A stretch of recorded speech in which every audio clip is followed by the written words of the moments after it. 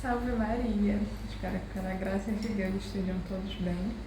Hoje com um chazinho aqui para conversar com vocês. E hoje a gente vai falar sobre feminilidade, o que é a verdadeira feminilidade e a falsa feminilidade. Porque muitas moças dizem por aí que vão trazer a verdadeira feminilidade, que não é vestido de florzinha, que não é se maquiar, não é botar lacinho no cabelo, não é se vestir como uma camponesa. E realmente não é. E eu não vi ninguém dizendo que é. Esse é um estereótipo que tem muito a ver com feminilidade, mas ninguém disse que feminilidade é exatamente isso. Mas elas trazem esse espantalho para bater porque elas vêm com um tipo de feminilidade mais longe ainda desse estereótipo de lacinhos, florzinhos, manguinhos e rosa, que é três ou quatro tipos, aliás, de mulheres que dizem ser verdadeira feminilidade, mas que também não se é, que é o tipo mulherão. Geralmente, quem critica esse estereótipo da feminilidade são esses tipos de mulher. Mulherão, aquela mulher que está sempre no salto, vestido vermelho, decote, ela está sempre montada, e ela acha que você usar um vestido com a manguinha bufante vai te tornar uma criança, e como que você tem que parecer uma mulher mais sexy, né? Então ela é contra esse estereótipo, que em muita gente pode ficar infantil, vai depender da personalidade, vai depender do tipo corporal, mas não em todo mundo. E é uma coisa que é realmente muito ligada à feminilidade. Mas esse tipo mulher sexy, mulherão, aquela mulher que está sempre no salto, sempre montada, também não é do tipo mais feminino. Outro tipo de mulher que vem criticar o estereótipo da feminilidade é o tipo de mulher dona de empresa, que é aquela mulher que está sempre com um terninho, ela tá sempre a empreendedora, ela se veste para passar autoridade, que ela quer competir no mercado, e aí ela critica que mulher seja só essa coisinha de menininha, de fazer bolo, de botar lacinho, e ela também está criticando o estereótipo. E ela também está mais longe do que essa crítica que ela faz. Outro tipo é uma mulher mais largada, que é aquela mulher que usa um camisão, calça larga, tênis, um estilo street, né? Um estilo skatista, toda molecona, né? Que, né, a gente pode perceber que não é também o mais feminino. E assim, a gente pode dizer que as mulheres que se vestem mais delicadamente, que passam esse estereótipo camponesa, menininha, também não é exatamente o que é a feminilidade segundo a vontade de Deus, mas é o que está mais próximo desses tipos, né?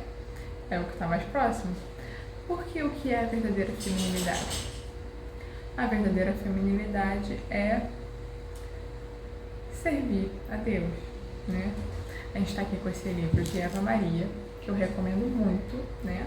Faço questão de recomendar ele sempre no meu Instagram. Aliás, se você não me segue por lá, eu gostaria.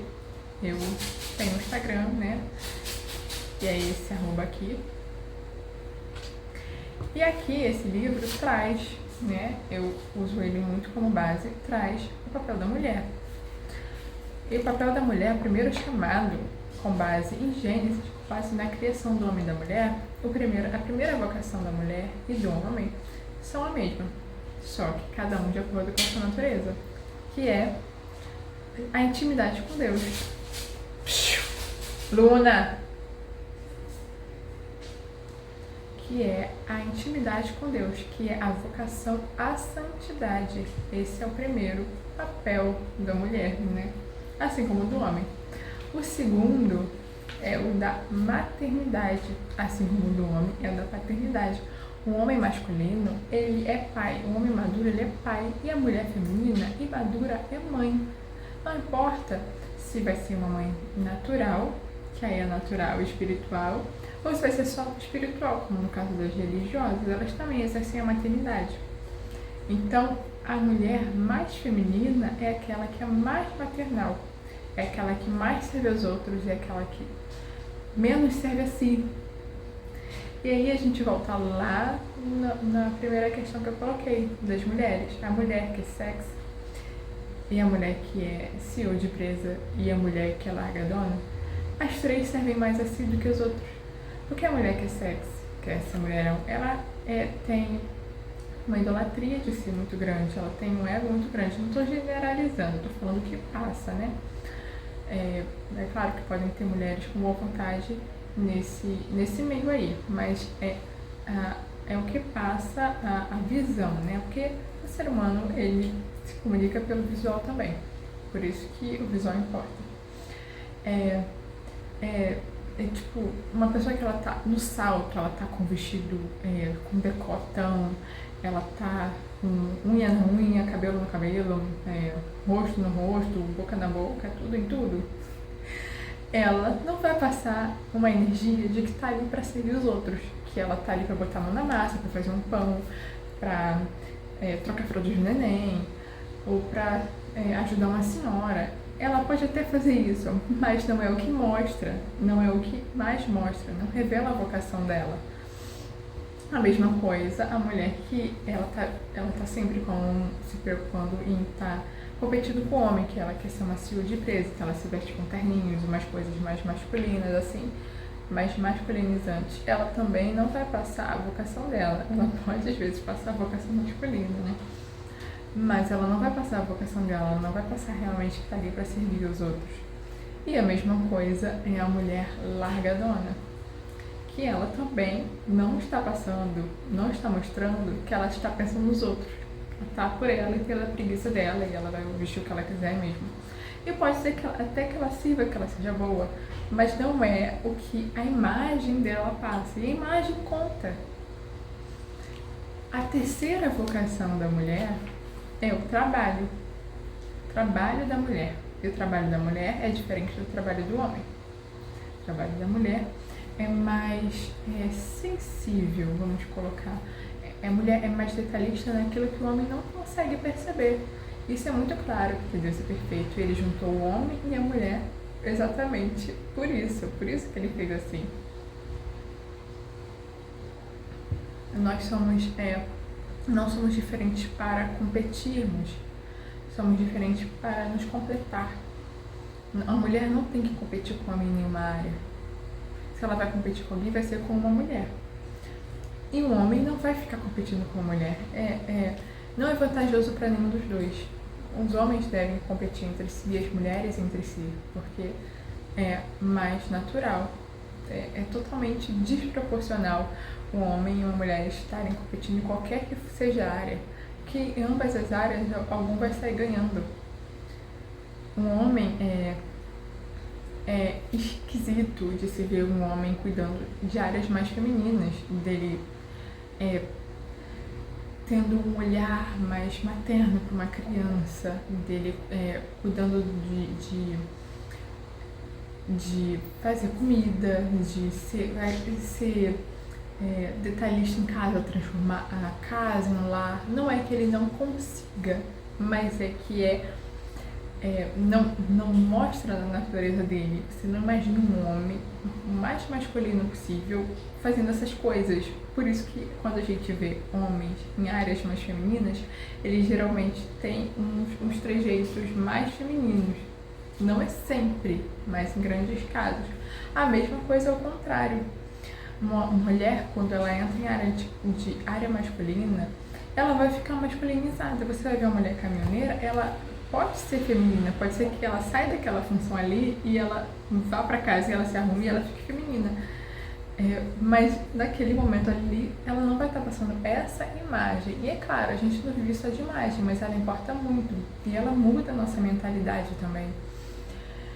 Então, a vocação, o trabalho da mulher, ela é mais detalhista, mais carinhoso, mais atento, mais acolhedor, mais agregador. Enquanto do homem é mais protetor, mais provedor, mais forte. Então ambos, eles não se disputam, eles não se batem, eles se completam. E quando o homem masculino se junta com a mulher feminina, e aí há harmonia.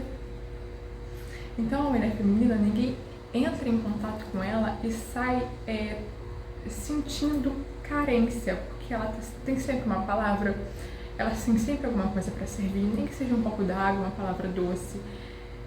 A mulher tem isso muito nela, se ela está conectada com a vocação dela, se nada está fora do lugar nela, se nenhuma ideologia corrompeu, se o pecado não corrompeu, a degeneração.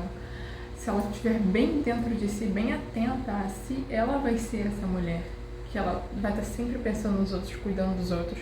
E não necessariamente desleixando dela. Ela já cuidou dela, mas ela cuidou dela para estar disposta a servir. Não necessariamente porque ela pensa só nela e tem um ego gigante, mas porque ela vai melhor servir assim, sempre pensando no próximo. A mulher feminina, segundo a vontade de Deus, ela é pro outro. E o homem masculino também é pro outro, mas de uma maneira diferente. O homem também, ele não pensa assim. Muitas vezes ele não compra, sei lá, cueca pra ele não pensa nele, ele pensa na família. Ele pensa em dar tudo pra família. E se o homem e a mulher competirem desse jeito, quem pensa mais no outro, aí tem a perfeição da vocação dos dois, né? Então, é por aí que a mulher feminina anda. Assim como Nossa Senhora, ela recebeu a visita do anjo que se curvou e saudou ela. E assim que ela percebeu que a prima dela já estava grávida, ela, não pensando nela, na glória dela e no momento delicado ali de carregar o primeiro trimestre de um bebezinho, ela foi rapidamente serviço da prima. Ela caminhou quilômetros a serviço da prima. Ela foi ajudar a prima, servir a prima, sendo que ela estava num momento mais delicado. Apesar da prima ser mais velha, realmente, ali o primeiro trimestre é mais cansativo, né, para a mãe, para uma mulher. E ela foi esse serviço. E a mesma coisa São José. São José, ele ouviu a mensagem de Deus no sonho e partiu, e não pensou nele, ele pensou no bem-estar dos outros. Então aí tá o casal feminino e masculino, ambos muito nos seus papéis. Então a veste feminina é aquela que revela melhor a vocação da mulher, é aquela que permite que ela sirva, que mostra que ela é filha de Deus, então uma veste modesta, que mostra que ela é uma mulher, então uma veste feminina, e que mostre que ela quer ser santa e que ela quer servir, então nada que vá impedir que ela faça isso e ao mesmo tempo que não tire a dignidade. Aqui tem uma balança, porque pode ser que você ache que você vai fazer melhor serviço em casa se você tiver com menos roupa, digamos assim, né? E aí entra a modéstia para dizer, não é bem assim. Mas que você não vai estar esculachada, rasgada só para poder servir, porque aí pode ser uma comodidade, uma preguiça, e entra lá no estado da mulher que é largadona. Mas também você não vai se montar tanto de uma forma que sua unha atrapalhe você de cozinhar e que você perca muito tempo cuidando de si, da sua aparência, pensando em si, comprando, gastando. Então, a vocação da mulher, o ápice da feminilidade é a maternidade. E a gente exerce ela exatamente como eu falei. Pensando no outro, é aquele olhar atento. Mesmo quando a mulher, se ela for estéril, se ela for religiosa, ou se ela ainda não for mãe, se ela for uma jovem, uma donzela, se os filhos dela já estiverem criados, ela pode ser materna. Ela pode continuar sendo materna. Então, a vocação da mulher, o ápice da vocação da mulher é a maternidade, esse olhar atento, esse olhar para o outro, esse desprendimento de si. É por isso que diz que a mulher, quando ela se torna mãe fisicamente, ela passa por um momento de luto, né? Muitas vezes dá uma tristeza, porque ela está morrendo para si. Ela não vai mais viver para si, nunca mais. E esse luto, eles é uma melancolia, mas ele impulsiona você, realmente esse desprendimento. O que está morrendo ali é o egoísmo da mulher. É claro que seria muito bom ficar não servindo ninguém, mas a gente não foi feito para isso. Nem antes do pecado a gente ficava fazendo nada, a gente fazia pelo menos o mínimo, né? Mas depois, principalmente, a gente recebeu alguns castigos, né? Caído sobre Adão e Eva e sobre a descendência, fora do paraíso, fora da presença de Deus. E para a mulher foi exatamente as dores da maternidade e a submissão ao marido. Então a mulher que ela quer ser santa, então ela tem intimidade com Deus, ela é mãe, independente da via, ela é mãe, ela exerce a maternidade e ela trabalha, ela serve, porque não é só parir, né? Não linguajar assim, mas não é só parir, você tem que educar, você tem que cuidar.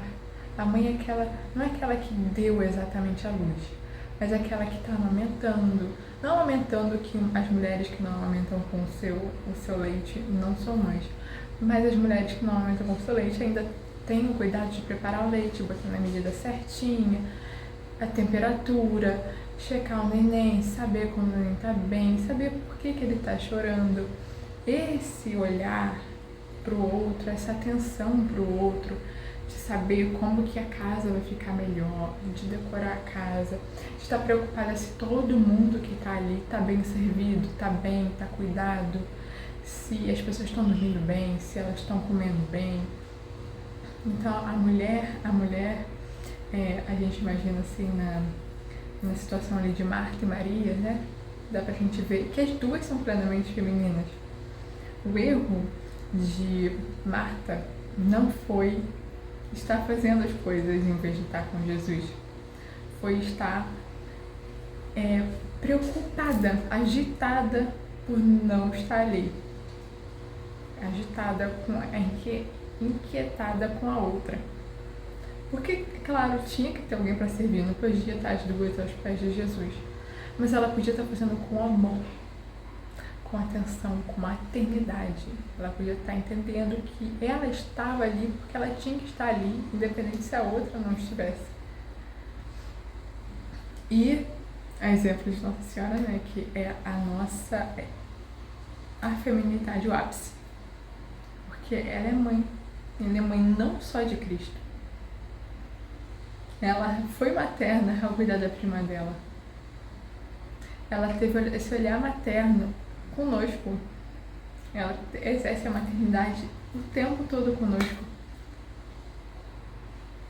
Ela serve, ela não pensa em si, ela serve. Tanto é que ela entregou o filho dela para morrer na cruz.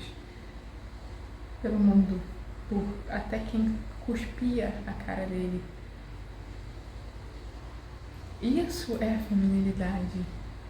Isso é feminilidade. Não é uma blogueira X que está falando sobre feminilidade, está com uma enorme fenda e um salto agulha, ou aquela que está com lacinho no cabelo, ou aquela que está toda largada, ou aquela que é dona de 4, 5 empresas.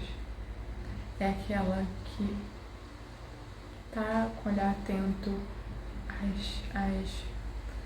às pequenas coisas, assim como a Nossa Senhora nas bodas, né? Ela teve esse atento, esse olhar, ela percebeu o que estava acontecendo. A mulher feminina não deixa ninguém sair de perto dela sem ser acolhido. E a vestimenta feminina é aquela que mostra esse acolhimento. E por isso é comum que a gente enxergue mulheres com cores mais claras, mais mimosas, como mais femininas, ainda que às vezes a mulher com essas cores, com essas estampas e com esse estilo seja completamente egoísta e não pense em ninguém, e não sirva ninguém, não dê um copo d'água para ninguém, uma mulher com roupas escuras e sem estampa nenhuma, mas a gente enxerga porque aí passa mais conforto, passa mais carinho, passa mais cuidado, passa mais detalhe. E é por isso que esse estereótipo visual é muito, muito maior, né? Mas a verdadeira feminilidade vem de dentro, de ser, de quem você nasce, de sentir quem você nasce. E passa para a sua vestimenta, revelando sua vocação, revelando que você é filha de Deus, revelando que você é mulher e revelando que você serve e que você ama. Essa é a verdadeira feminilidade, assim como a mulher de Provérbios, que é puro serviço. A nossa conversa de hoje foi essa. Espero que tenha ajudado você de alguma forma. Eu vou teorizar, vou me aprofundar, mas foi só uma iniciação, uma ideia, um assunto que eu vejo muito difundido e perdido na internet. Parece que feminilidade é uma bola que cada um vai enfiando uma coisa, mas é só isso. Amar a Deus acima de todas as coisas, servir a Deus, servir ao próximo e ser mãe. Ser mãe.